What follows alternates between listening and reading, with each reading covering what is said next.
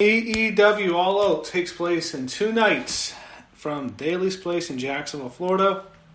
We got a lot of matches lined up for the show. It's going to be a big show, probably going to go on for a while. This is their annual show.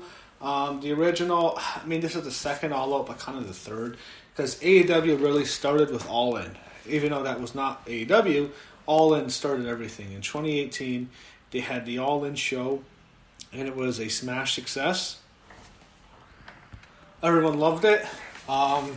It was just a great show, and it was basically just an independent wrestling show. Had a whole bunch of indie wrestlers, storylines going on in the indies, and they had a great show doing it. Then they did, of course, the AEW came, they had Double or Nothing last year. Then, of course, last year did All Out, and that was in Chicago, as was Allin. And here, I think All Out 2 probably was going to be in Chicago, but due to the COVID-19, it's in Jacksonville, Florida. I forgot where I was actually. The second one was a really good show as well. And then All Out, third show at this time. And, we'll see what they do this year. You have the buy-in. You have a tooth and nail match for Baker against Big Swole. I don't know. I guess... I was kind of thought maybe they should do this on the main card because they've done so much TV time. It's kind of doesn't make sense to do it on the buy-in. They could even do it on Dynamite. More people will see it. Not too many people are going to watch this, so maybe it's going to be a comedy match. I thought Britt Baker would have been someone who they would have used more in a better situation, just being a comedy wrestler. I'm going to go with Britt Baker to win. I thought Big Swole could win, but I think Britt's going to use a heel tactic, and she'll have her girl, Rebby, or whatever. Reba, what her name is, she'll help Britt Baker win, so I'm going to go Britt Baker. Then you go to the main card, you have the 20-man Casino Battle Royal. I expect us to open the show. You have Darby, Allin, Lance Archer, Eddie Kingston, Brian Cage, Ricky Starks, Pentagon Jr., Ray Phoenix, The Butcher, Blade, Shawn Spears, Billy Austin, Gunn, Jake Hager, Santana, Ortiz, Chuck Taylor, Trent, and one mystery guy. The mystery guy could win. I'm going to go with Eddie Kingston. I think he's been really good on the mic. He's my pick to win this match.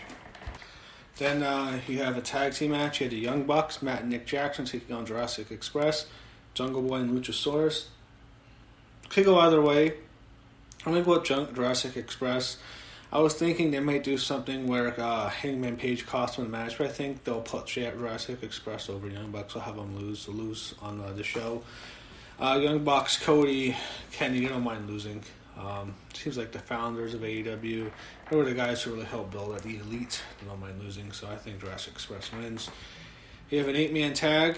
You have the Dark Order, Brodie, Colt, Cabana, Evil Uno, and Stu Grayson taking on Matt Cardona, Scorpio Sky, and the Natural Nightmares, Dustin Rhodes and QT Marshall with Allie. Allie will be there. I'm not sure if Brandy will be there, but Allie will. I don't think Allie will get involved much. I'm going to go to the Dark Order because I just think Brodie, they gave him such a big win over Cody. They had to murder Cody Rhodes. It was a virtual murder. It was such a rout. It was one of the biggest blowouts in AEW history. It was like a champion getting knocked out in the first 30 seconds. It was just a total rout. It was a massacre. They had Brodie kill Cody. They have to have Brodie win again. And I think they can push Matt Cardona, but I think they should have Brodie pin Dustin. That's how I'd have it. I'd have Brodie get the win here, and they continue the Brodie-Cody feud. Broken Rules match, Matt Hardy against Sammy Guevara. If Matt Hardy loses this match, he must retire. So I think Matt Hardy did the good move, going to AEW over WWE, because they weren't going to use him there at all.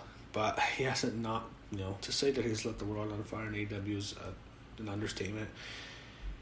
I think he's going to win. I think Hardy gets the win over Guevara. Guevara's got the best of him, and Hardy will put Guevara over, but I don't think he's going to do something where Matt Hardy leaves. I think he's going to stay. He hasn't been there for that long. He's not losing to Guevara. He'd lose to Guevara I don't think he's going to leave.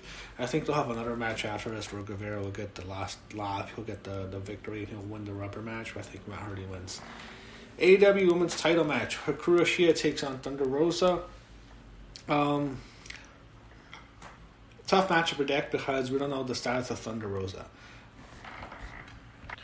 Thunder Rosa is someone who, of course, could leave NWA. She's the NWA champion. She could go to AEW if Tony Khan gives her a good deal.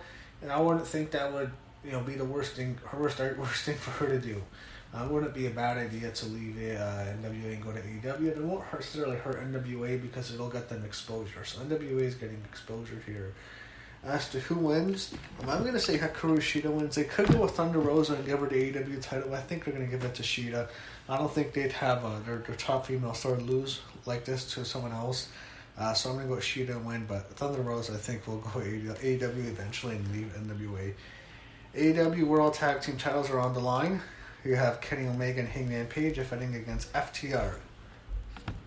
Cash Wheeler and Dash Harwood, the former Revival, who is being managed by Tully Blanchard, and of course their gimmicks based off of Arn Anderson and Tully, the Brainbusters. I think we're getting new champs. I'm almost certain. I think this is almost a lock. New champs, FTR defeats Omega and Page. Omega and Page have been champ for a long time, it seems like. Page is going to turn on Omega. They're going to set up a big feud. They'll go into, maybe they'll culminate the November show, but my prediction is simple. Adam Hangman Page turns on Kenny Omega, FTR wins the tag team titles, and FTR is your new AEW World Tag Champs. The Mimosa Mayhem match, you have Orange Cassidy and Chris Jericho. This will be a gimmick match. It'll be crazy. Crazy shit's going to happen here. I think it'll be a comedy gimmick, just like Orange, I don't know, maybe it's like an Orange has weapons, Orange falling from the ceiling. I don't know what they're going to do here, man. Maybe someone gets dunked in orange juice. It'll be like that, but Chris Jericho, I think, wins. I don't think Orange Cassidy is going to defeat Chris Jericho in this match. It'll be a comedy match. It'll be entertaining. Jericho will make entertaining. Cassidy will make entertaining. Jericho wins at the end. I think that's almost a lock. I don't see Orange Cassidy winning. Finally, the AEW World Championship, a match that could go with the big surprise. You have Jon Moxley defending his title against MJF. There's some speculation about Moxley's real life, Renee Young. Well, she's not Renee Young, so I have her real name.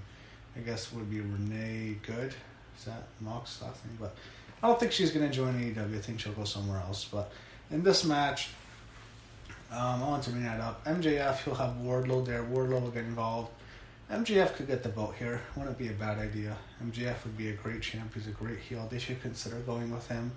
Moxley's been champ since how long now? I want to say May.